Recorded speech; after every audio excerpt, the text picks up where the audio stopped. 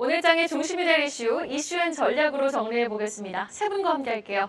야천투자연구소 남인호 소장, 다키오뉴스 조호진 대표, 한국경제TV 조현 기자 수고해 주시겠습니다. 어서 오세요. 삼성가 소식으로 오늘 이 시간 출발해 보겠습니다. 삼성 오너 일가가 분주해 보입니다. 무려 12조 원에 이르는 세계 최고 수준에 달하는 상속세를 납부하는 중이기 때문인데요.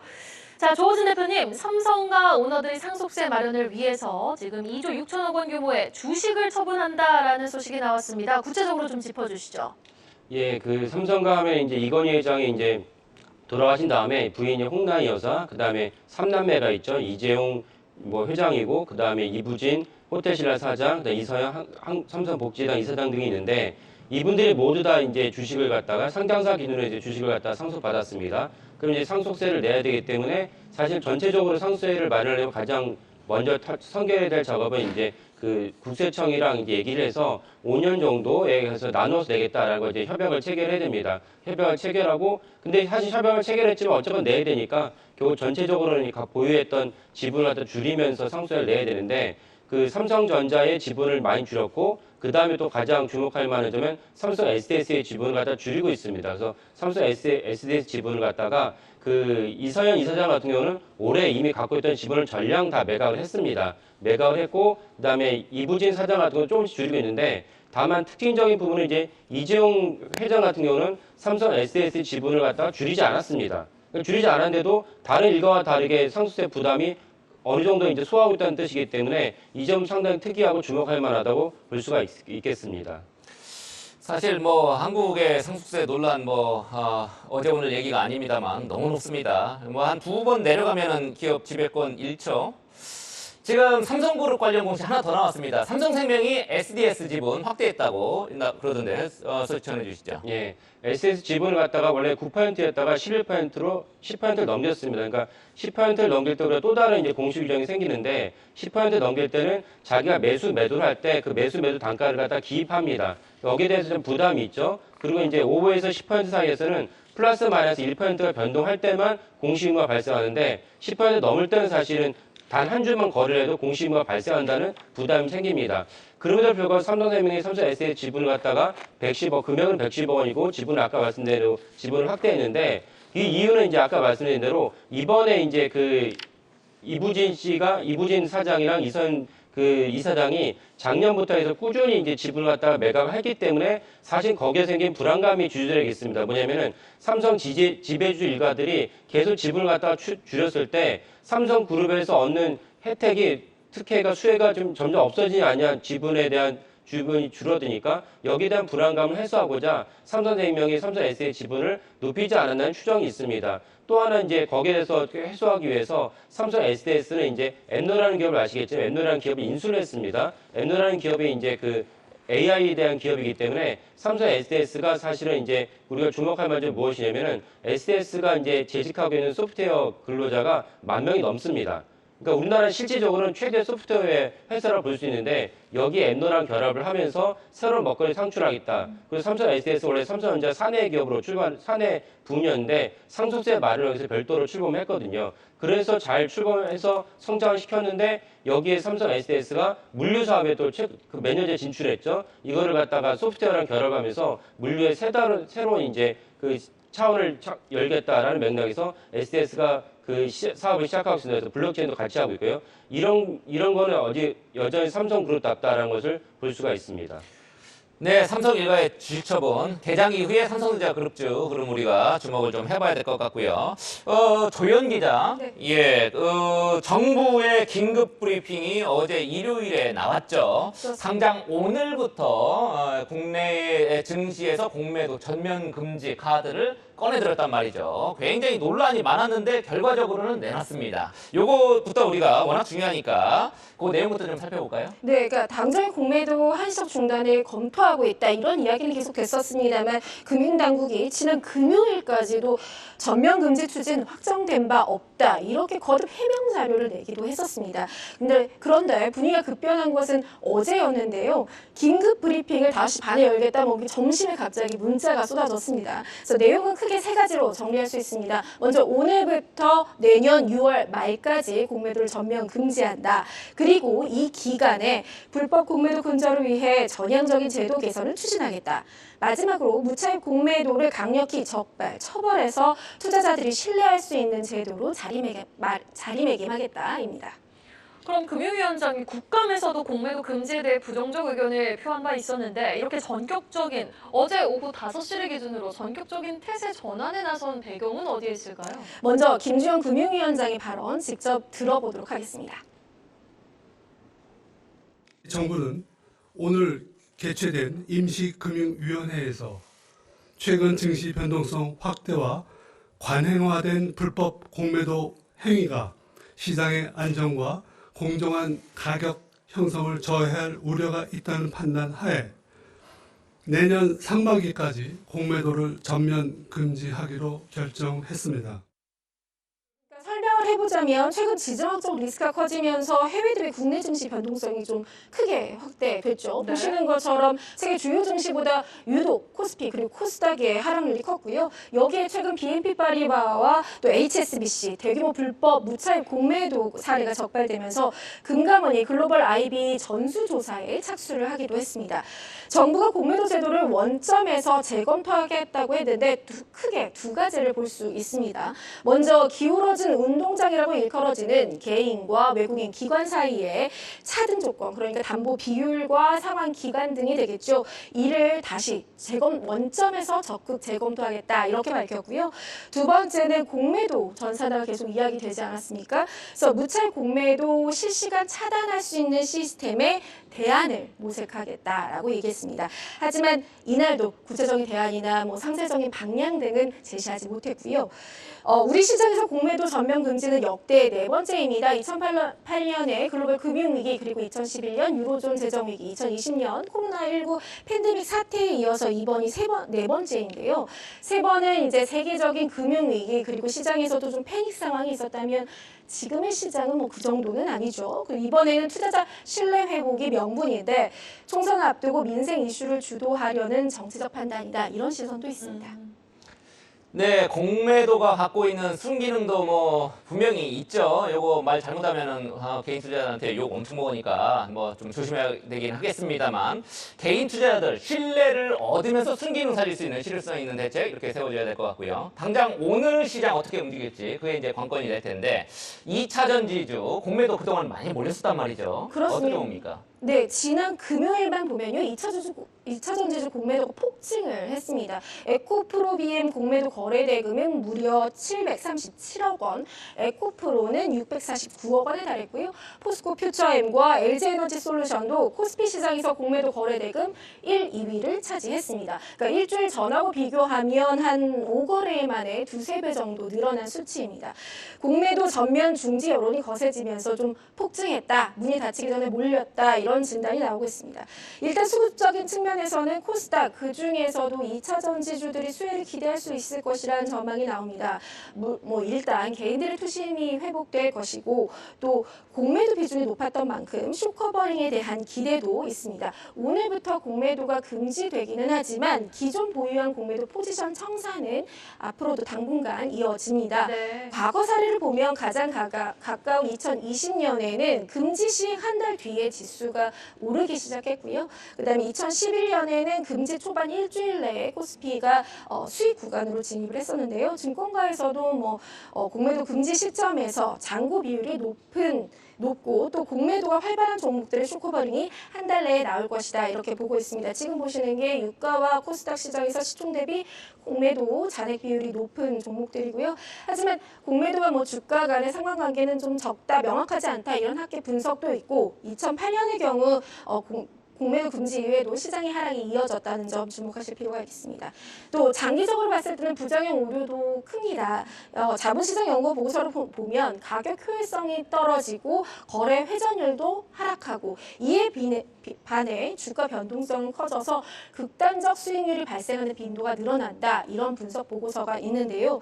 가격의 거품이 기대, 그러니까 시장을 왜곡하는 현상이 나타날 수 있다, 이런 우려가 있습니다. 또 최근 주가 조작 사태에 타겟이 됐던 금지됐던 종목들도 공매도가 금지됐기 때문에 타깃이 있다 이런 진단도 있고요. 그래서 이번 공매도 금지 조치로 한편에선 또 외국 자금이 빠져나갈 수 있다 이런 우려도 나오고 있죠. 명확한 근거 없이 공매도를 전면 금지하면 글로벌 투자자들이 우리 시장을 신뢰할 수 있는 이 대외 신뢰도가 좀 하락할 수 있고요.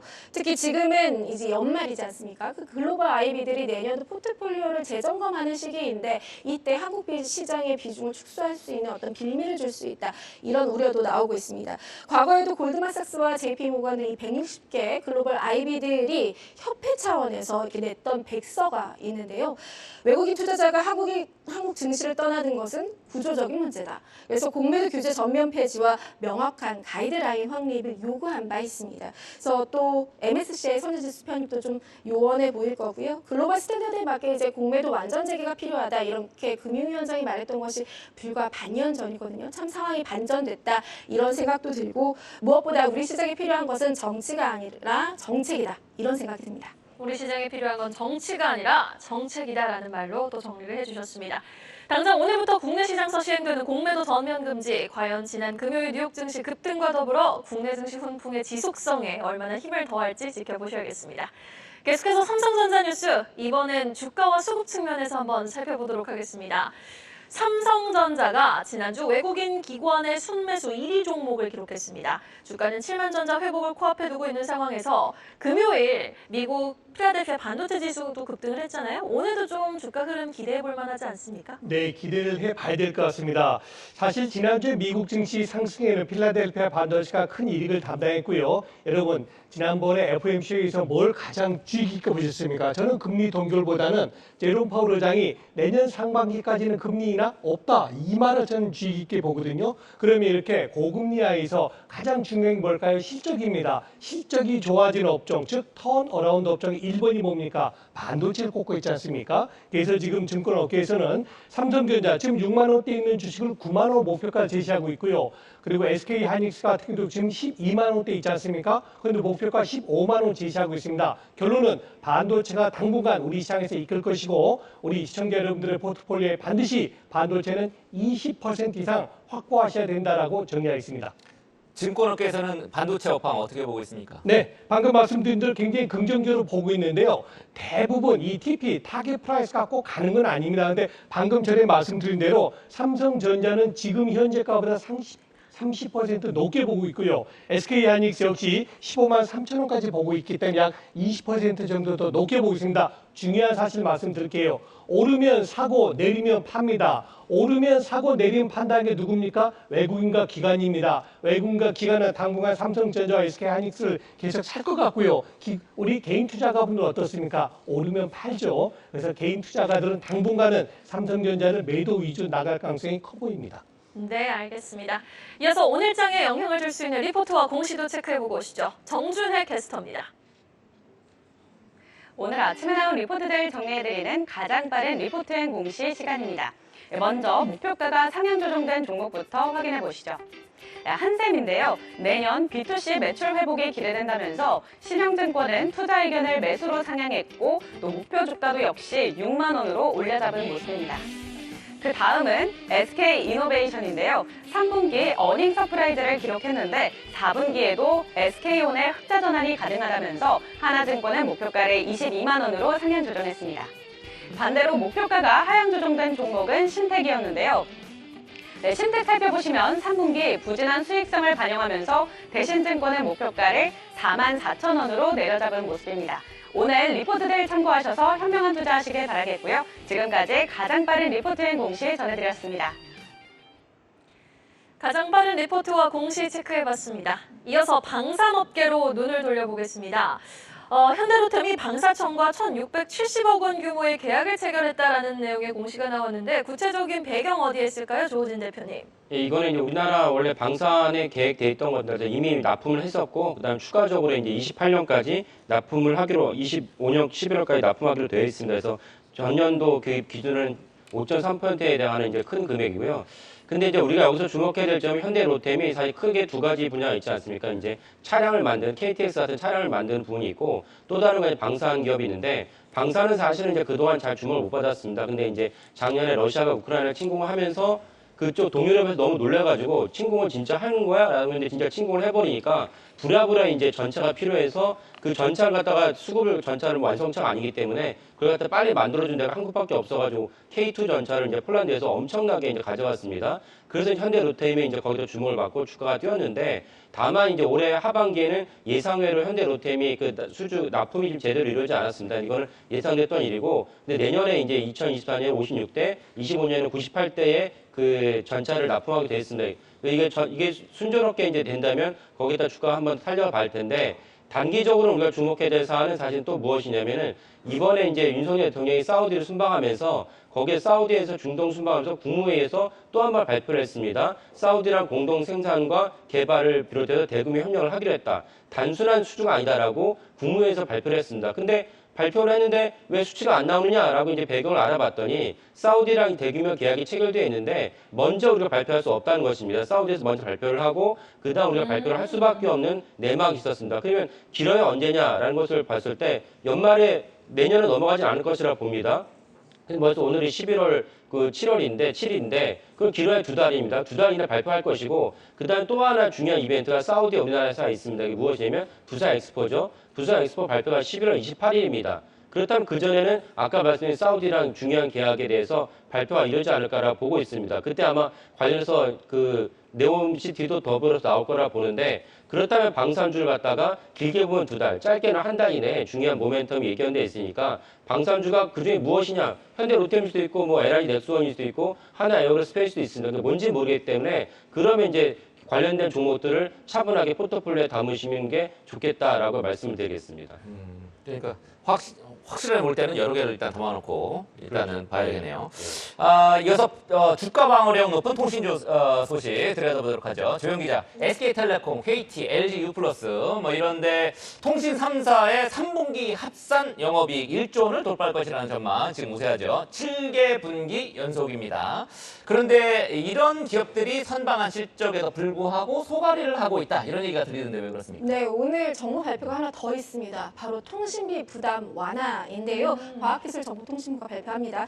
통신요금이나 뭐 역대 정부에서 반복적으로 요구되었던 부분이죠. 이때마다 통신 3사의 주가도 하락을 압박을 받아왔고요. 그래서 오늘 발표에는 5G 스마트폰의 요금제를 확대하는 방안이 나올 것인데 5G 단말기도 LTE 요금제 사용이 가능해지고 또 5G 최저 요금제가 3만 원대 출시를 정부에서는 요구한 것으로 알려져 있습니다. 그리고 그 외에도 중저가 단말기라든지 중고폰 활성화, 공시지원금 상향 등도 논의되고 있습니다. 앞서 상반기에는 통신사들이 중간 요금제 그리고 청년 시니어 요금제 등 세분화된 요금제들을 내놓았다면 이번에는 좀 더 실질적으로 통신비를 줄이는 경감 대책에 포커스가 맞춰질 것으로 보입니다.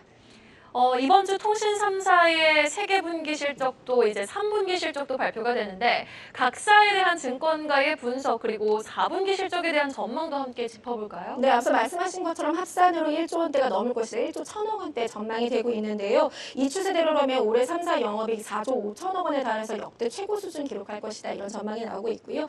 다만 시비는 좀 엇갈리는 모습입니다. 바로 내일 발표하는 KT와 LG U+는 매출은 늘어나지만 영업이익은 다소 줄어들 전망입니다. KT 영업이익은 한 전년 대비 13%, 그리고 LG U+도 다소 부진한 실적 기록할 것으로 예상되고요. 주요 원인으로는 인건비와 서비스 원가 증가가 공통적으로 꼽히고 있습니다. 반면 수요일 8일에 실적 발표 앞두고 있는 SK텔레콤은 호실적이 예상이 되고 있습니다. 매출액 한 4조 4천억 원대, 영업이익도 4,800억 원대 이게 예상되고 있는데 3분기 일회성 매출 감소 요인이 줄어들었고 또 자회사인 SK브로드밴드 실적이 좋았습니다. 문제는 4분기 그리고 내년인데요. 증권가에서는 5G 전환율이 70%에 육박하면서 순증 가입자 폭이 확실히 둔화되고 있다. 그래서 여기에 또 정부의 가계통신비 인하 압박으로 매출 정체가 4분기부터 나타날 수 있다 이렇게 보여지고 있고요. 통신사들이 각자 투심을 움직이기 위해서 배당 확대 등 주주 친화 정책과 또 그리고 AI, 클라우드 같은 신사업 진출 계획을 밝혔지만 아직 투자 단계라서 유의미한 실적이 나오기까지는 시간이 걸릴 것이라는 전망입니다.